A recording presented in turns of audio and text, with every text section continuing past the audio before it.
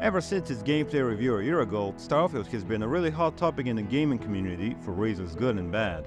A number of controversies were on display, from notable issues such as the game becoming an Xbox exclusive and the 30 FPS cap on consoles, to minor complaints such as the game's facial animations and smoke effects. Today we are here to discuss and dive a bit deeper into the 5 things that have the community most worried about Starfield. My name is Chris and I will be your host today. I hope you enjoy the video. Let's get this show on the road. Starting off with something that I would consider minor are the graphics and face models. Now, for one reason or another, a lot of people are already pointing out the graphics of Starfield as something lackluster, especially in comparison to other more recent games such as Red Dead Redemption 2 and The Last of Us. The face models in particular are a running joke in Bethesda games, and while I personally think the improvement from Fallout 4 to Starfield is notable, others are not so pleased. 16 times the detail. Anyway, I think that out of all possible things to be worried about when it comes to Starfield, the graphics are the least justified. What Bethesda's games lack in graphical fidelity, they're more than make up for in scale and ambition. Jack of all trades, master of none. A while back, Todd Howard himself stated that, I quote, "Starfield is like 5 or 6 games in one, which, in theory, sounds amazing and well worth the hype, but is it really? When you have so many different features crammed into a single game, you just risk losing all focus." We need to look no further than Bethesda's previous title, Fallout 4, to see how adding too many features to a single game can result in an unhappy fanbase. Now, I wouldn't call Fallout 4 an awful game, but we can't deny the fact that the settlement building took away from a lot of the exploration and narrative of the game. And that sometimes it doesn't just work. Instead of having a variety of different settlements for us to discover, each with their own characters and stories, we got a bunch of empty plots for us to build a garden and, I don't know, grow some tomatoes. They sure are good tomatoes. Okay. To be completely fair, Bethesda's own motto is, "We can do anything, but we can't do everything." And so in Fallout 4, it felt like we were trying to do everything. so based on this, it sounds like they learned their lesson. But you can never be too sure. May you rest in peace. I read on the internet that our games have had a few bugs. I read it on the internet, so it's true. The bugs. We've all seen them, and I think nobody's fooled into thinking that Starfield won't have them. At this point, with a game like this, bugs are just a part of the course. And gamers have come to accept that for the most part. Some downright see the bugs as a feature, which is weird. What? But regardless, I think that if there aren't any game-breaking bugs, people will just forgive and forget. Hell, a lot of people still play Cyberpunk and Fallout 76, so, you know, people were forgiving. Oh, hey, no problemo. The performance is what can cause some real issues. While bugs can be fun and make for some hilarious compilations online, bad performance can completely ruin an experience. Now, based on the latest intel we have at the time of this recording, reviewers already have access to Starfield, and some of them claim that the game runs great. One even goes as far as to say that in 15 hours, he didn't encounter a single bug. Overall, the fact that reviewers get this much playtime before the actual launch of the game shows a great deal of confidence by both Bethesda and Xbox. Dare I say it, things aren't looking that grim in this department, for the first time in, well, ever. While both the Elder Scrolls and the Fallout series have the benefit of an already established world with interesting lore, factions and characters, Starfield's writers will need to build this foundation from the ground up, which is a very important task and far from an easy one. We can take From Software and Elden Ring here as an example. They hired George R.R. Martin, known best for Game of Thrones, to write the lore and overall setting of the game, which basically explains why every important character is dead before the game even started. We can't discuss writing in Bethesda games without mentioning Emil Pagliarulo, who is responsible for both Fallout 4's writing, which a lot of people had issues with. I'd really like to come in. No, you really don't. Now get out of here. Come on, let me in. You're not gonna give up, are you? Have it your way. Come on in. And I mean, can you blame him? But he's also responsible for the Dark Brotherhood questline in Oblivion, which is an overall beloved storyline in the Elder Scrolls series. Regardless of that, we're all judged based on our latest work, so looking at Fallout 4, I can see why people would be concerned about Starfield. Fallout 4 based its entire main storyline around a single twist, relying on a mystery that plenty of people either figured out much too soon or were just never interested in to begin with. The game's core ideas and themes were not bad at all, but their execution could have been much better.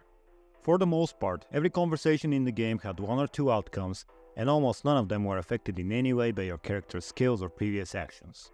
Now, when it comes to Starfield, things are looking quite a bit different. We have a new writer in the mix, that being William Shen, who is responsible for Fallout 4's Far Harbor DLC, which is easily the best written Fallout since New Vegas.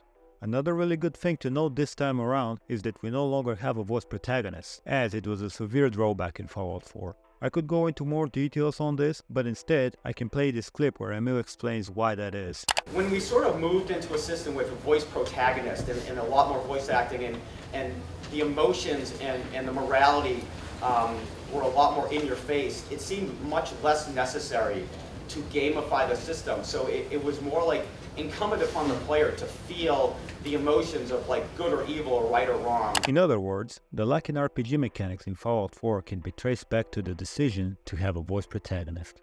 It is very difficult to roleplay as your own character when you're being told how you're supposed to feel every step of the way.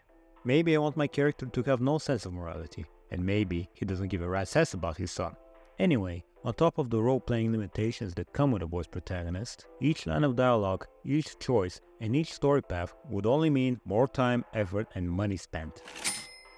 Which results in fewer lines of dialogue, fewer story branches, and much less role-playing.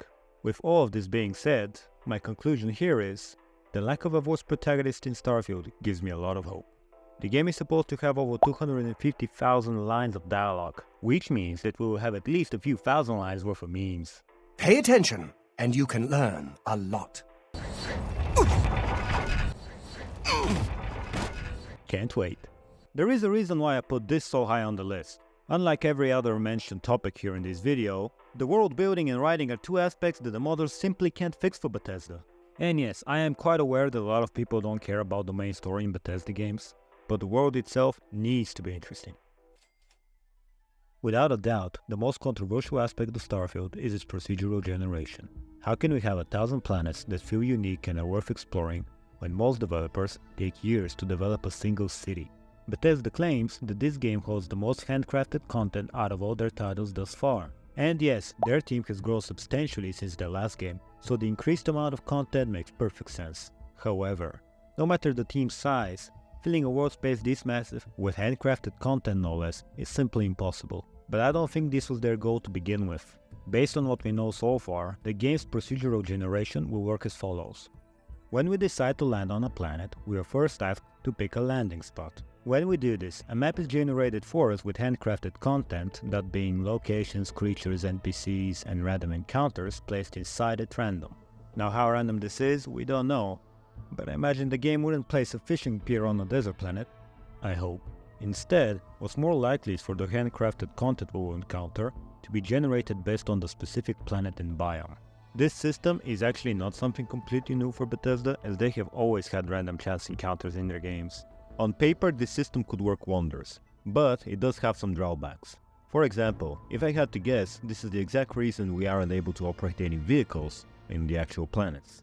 Let's be generous and say that the game has 500 locations that the game would randomly place on any given planet. If we walk on foot, let's see that we will see an average of 4 or 5 locations before we decide to head back to our ship and call it a day. We might stay longer if we really like the planet and find 20. 20 out of 500 is no small amount, but that would still leave us with 480 other handcrafted locations to randomly encounter on other planets. Now imagine if we could fly our own ship inside the planet's atmosphere, or we're given a fast-moving vehicle. Chances are we would at the very least encounter 5 times as many locations as we would on foot, given our speed. 5 times meaning 25 to 100 locations on a single planet out of 500 total handcrafted locations, and before we know it, we would have a situation where we've seen everything the game has to offer, and we just keep encountering the same things over and over again with a different coat of paint. Now, does that excuse the total lack of vehicles? Not completely, as they could just add a slow-moving rover or, I don't know, a space horse. Anyway, the procedural generation can be looked at as both a positive and as a negative. If you're like me, you will definitely mod the game, and if that's the case, then the game could be a goldmine. A more recent leak actually revealed that these generated maps do have a limit. And it will see a similar screen to the ones we see in Bethesda's previous titles, if we reach the border of the map, telling us to turn back to our ship and land on another location. While this does sound a bit disappointing, it doesn't really surprise me. I guess we will just have to wait and see before we pass further judgment on this. This is all I have for you guys today. What do you guys think about Starfield? How do you feel about it now that it's so close to launch? Did any of the mentioned topics pique your interest? If any of you feel like having a conversation, I'll be down in the comments, so yeah. See you then and hopefully see you in the next video.